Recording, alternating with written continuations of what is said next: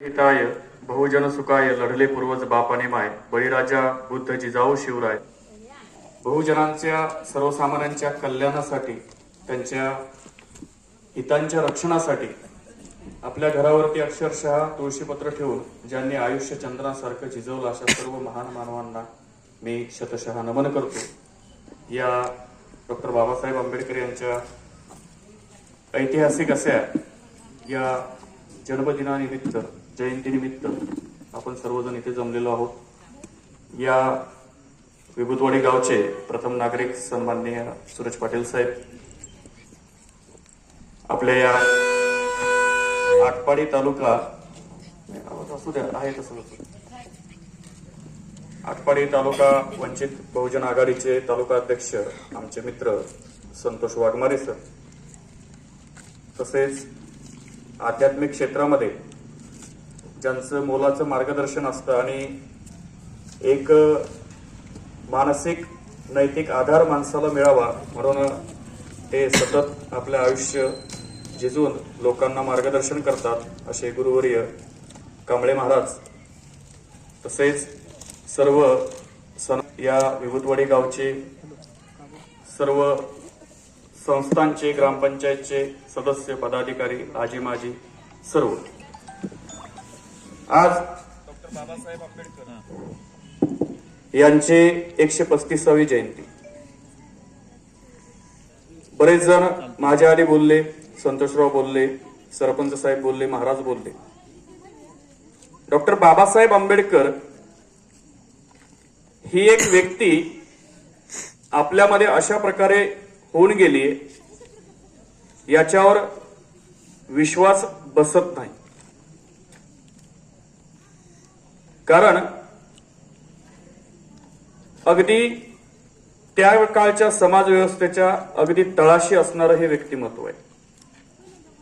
आणि आज जर आपण त्यांचा विचार केला तर आपली मान दुखेल एवढ्या उंचीवर हे व्यक्तिमत्व पोहोचलेलं आहे. हा जो काही प्रवास आहे हा प्रवास सोपा नव्हता, निश्चितच सोपा नव्हता.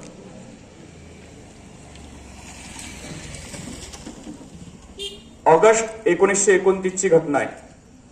12 डिसेंबर 1929 रोजी महात्मा गांधी यांच्या वर्तमानपत्रामध्ये आलेली ही एक बातमी आहे. सत्य घटना आहे. गुजरातमध्ये घडलेली ही एक घटना आहे. या घटनेमध्ये त्या गावात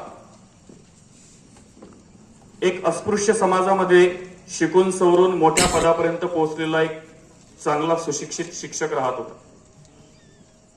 तो शिक्षक अस्पृश्य समाजात जन्माला आल्यामुळे मुख्य गावामध्ये त्यांना राहण्यासाठी व्यवस्था नव्हती.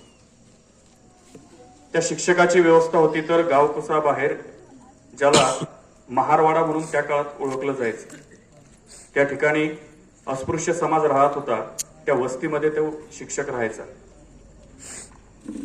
त्या शिक्षकाच्या पत्नीला दिवस गेले होते आणि एक दिवस जो दिवस आला त्यांची प्रसूती झाली त्या मातेची आणि दुर्दैवाने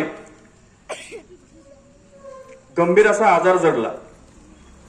आजार जडल्यावर त्या शिक्षकाची धावपळ सुरू झाली डॉक्टरला आणायची. ते धावत पळत शिक्षक त्या डॉक्टरच्या घरी गेला. त्या डॉक्टरांना विनंती केली की माझी पत्नी 2 दिवसापूर्वी प्रसूत झालेली आहे आणि त्यांना कुठला तरी आजार झालाय आणि त्यांना विलाजाची औषधोपचाराची अत्यंत गरज आहे, तुम्ही लवकर तातडीने माझ्या घरी चला. त्या डॉक्टरांनी नकार दिला. का नकार दिला? तो शिक्षक अस्पृश्य समाजातील होता. आता काय करायचं, दुसरा विलास शिक्षकाकडे नव्हता. रात्रीची वेळ होती. तो शिक्षक धावत पळत त्या गावच्या पाटलांकडे गेला. पाटलाला विनंती केली. पाटलाने त्या डॉक्टरला दम दिला की बाबा तू काय असेल तुझे पैसे वगैरे फीज घे, परंतु त्या माऊलीची तब्येत सिरियस आहे, त्यांच्या जीवाला धोका आहे, तुम्ही तिथे जाऊन औषधोपचार करा.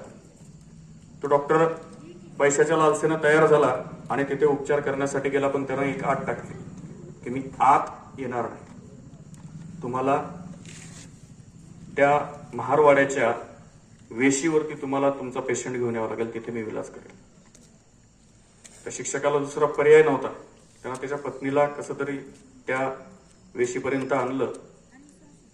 तिथे जो काही थर्मामीटर असतो ताप मोजण्याचा, तो थर्मामीटर स्वतः डॉक्टरांनी त्या महिलेला लावला नाही, एका दुसऱ्या व्यक्तीकडे दिला.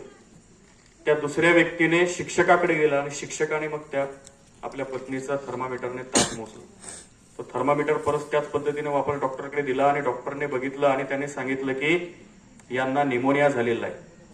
त्यांनी औषध वगैरे लिहून दिले, परंतु जो काही प्रॉपर उपचार करायला पाहिजे होता तो उपचार केला नाही. ते धावत पळत शिक्षकाने औषधं आणले. एका दिवसानंतर त्याच दिवशी परत तब्येत जास्त सिरियस झाली, डॉक्टरकडे तो गेला, परंतु डॉक्टर आला नाही. दुर्दैवाने त्या माऊलीचा तिथे मृत्यू झाला. त्या माऊलीचा मृत्यू झाला, तिच्या मुलाचाही मृत्यू झाला. ही सत्य घटना आहे. ही त्या काळामध्ये एखाद्या अत्यंत बिकट परिस्थितीमध्ये असणाऱ्या महिलेचा उपचाराअभावी मृत्यू होतो का? तर ती माणूस आहे म्हणून नाही, तर ती केवळ आणि केवळ अस्पृश्य समाजात जन्मलेली आहे म्हणून. जर बाबासाहेब आंबेडकरांनी आज आपल्याला अधिकार दिलेले, आपण सर्वजण एका कार्यक्रमात बाबाजी महाराजांनी सांगितलं की आपण सर्वजण कुठलाही कार्यक्रम असो सर्व जाती धर्माचा भेदभाव न पाळता एकत्र येतो. याचं कारण डॉक्टर बाबासाहेब आंबेडकरांचं कार्य आहे. परंतु त्या काळामध्ये ही व्यवस्था नव्हती. त्या काळामध्ये ही व्यवस्था अतिशय उतरंडीप्रमाणे होती. सर्वात वरती उच्चभ्रू, त्याच्या खाली सवर्ण, बालाबलुतेदार आणि सगळ्यात खालच्या थरामध्ये कोणी असेल तर तो अस्पृश्य समाज. ही उतरंड कोणी निर्माण केली? महाराजांनी सांगितलं की प्रत्येक धर्माचा ग्रंथ तुम्ही उघडा, त्या ग्रंथामध्ये अभ्यास करा. कुठल्याही धर्माच्या ग्रंथामध्ये असली सामाजिक उतरंड कोणीही सांगितलेली नाही, कुठल्याच धर्मगुरूने सांगितलेली. मग ही सांगितली कोणा? कोणीतरी हा सगळा समाज माझा सेवक असावा, या सगळ्यांनी आमची सेवा करावी, असा उच्चभ्रू समाज त्या काळामध्ये होता. आणि त्यांनी बुद्धिमत्तेच्या जोरावर, त्यांना असलेल्या शिक्षणाच्या जोरावर या समाजामध्ये गटतट पाडले, त्यांना विभागलं आणि ही एक सामाजिक उतरंड तयार केली. आणि या उतरंडीमुळे काय झालं तर जे खालच्या थरामध्ये होते त्यांचे अधिकार सगळे हिरावून घेतले गेले. जर भारताचा संपूर्ण इतिहास जर आपण अभ्यासला, मोगलांचे आक्रमण झाले, इकडं पूर्वेकडून आक्रमण झाले, मध्य आशियातून आक्रमण झाले, इंग्रजांचे आक्रमण झाले, व्यापारी म्हणून भारतामध्ये आले, शेवटी राज्यकर्ते झाले. मग आपल्या भारतातले लोक काय करत होते? जर परकीय येऊन जर भारतामध्ये आपल्या राज्य करत असतील तर आपण भारतीय त्यावेळेस काय करत होतो? त्यांनी येऊन आपल्यावर राज्य करावं इतपत आपण दुबळे होतो का? दुबळे नव्हतो. भारतामध्ये तेव्हाही सोन्याचा धूर निघत होता, आजही सोन्याचा धूर निघतो आणि भविष्यातही सोन्याचा धूर निघेल. एवढी संपत्ती, एवढा समृद्ध असा भारत देश आहे. मग एवढी समृद्धी, एवढा संपत्ती असताना देखील भारतावर राज्य करणाऱ्या एवढ्या परकीय सत्ता काय येतात? याचं मूळ जर कुठे असेल तर ही सामाजिक उतरंड आहे. या सामाजिक उतरंडीचा डॉक्टर बाबासाहेब आंबेडकरांनी अभ्यास केला. हा अभ्यास करण्याची प्रेरणा त्यांना कुठे मिळाली? ज्यावेळेस 1891 मध्ये त्यांचा जन्म झाला, 1900च्या दरम्यान, 1900 ते 1901च्या दरम्यान त्यांचे वडील सुभेदारी या पदावरून निवृत्त झाले आणि ते परत त्यांचं जे मूळ गाव होतं रत्नागिरी मधलं दापोली, त्या ठिकाणी राहायला आले. ते या उद्देशाने आले की तिथं आपल्याला स्थावर व्हायचं, स्थिर व्हायचं. पण काही कारणास्तव ते तिथून परत निघाले. 1900च्या काळामधलं जर कोणी जुने माणसं असतील तर त्या काळात या परिसरामध्ये दुष्काळ पडला होता, माहिती असेल. 1901, 1902च्या दरम्यान भयंकर असा दुष्काळ पडलेला होता. आणि आपल्याला आश्चर्य वाटेल, खटाव तालुक्यामध्ये एक गोरगाव म्हणून गाव आहे, आता पण आहे, सातारा जिल्ह्यातून. त्या गोरगाव मध्ये त्यांच्या वडिलांची कॅशियर म्हणून नियुक्ती झालेली होती. डॉक्टर बाबासाहेब आंबेडकरांची सुभेदार रामजी आंबेडकर जे होते त्यांची कॅशियर म्हणून तिथे नियुक्ती झाली होती. कॅशियर कशाचे? तर त्या काळामध्ये इंग्रजांनी रोजगार हमी योजना चालू केली होती. का? तर दुष्काळामध्ये लोकांकडून काम करून घ्यायचं आणि त्या बदल्यात त्यांना खाण्यापिण्यासाठी अन्नाची व्यवस्था करायची. त्या ठिकाणी तळ्याचं काम चालू होतं. त्यांच्या वडिलांची तिथं ड्युटी लागली.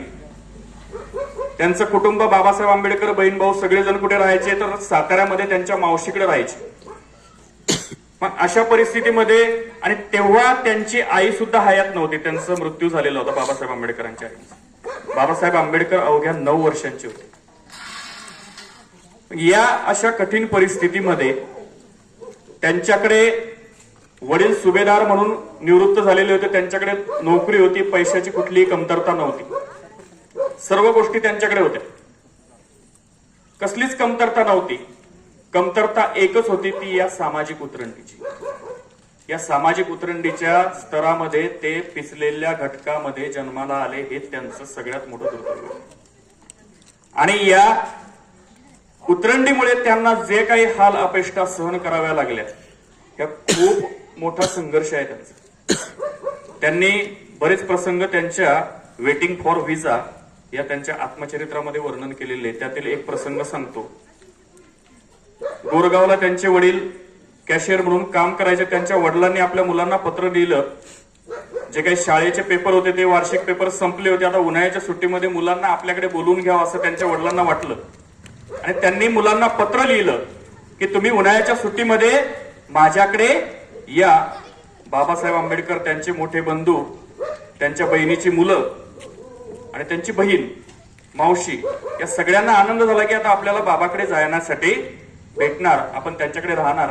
त्यांनी सर्व तयारी केली. वडिलांनी पैसे सुद्धा पाठवलेले होते.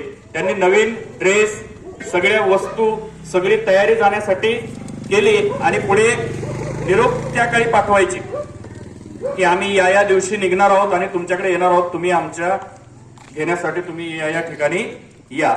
अशा पद्धतीचा निरोप त्यांनी समोर वडिलांना. थोड्या वेळातच रेल्वे आली. रेल्वेमध्ये बसून ते एक 4-5 तासामध्ये 5:30 वाजेपर्यंत गोरगावच्या जवळ असणारं जे काही मासुरी नावाचं रेल्वे स्टेशन आहे त्या ठिकाणी ते पोहोचले. त्या रेल्वे स्टेशनवर पोहोचल्यानंतर त्यांना वाटलं की आपले वडील किंवा त्यांनी पाठवलेला शिपाई एखादा आपल्याला घेण्यासाठी आलेला असेल, पण त्या ठिकाणी कोणी सुद्धा आलेलं नव्हतं. त्यांनी 1 तासापर्यंत वेळ तिथे घालवला, वाट बघितली. शेवटी तिथले सगळे प्रवासी निघून गेले. स्टेशन मास्टर त्यांच्याकडे आले, त्यांना बघितलं, त्यांचं ते कपडे, सूट बूट सगळे एकदम व्यवस्थित.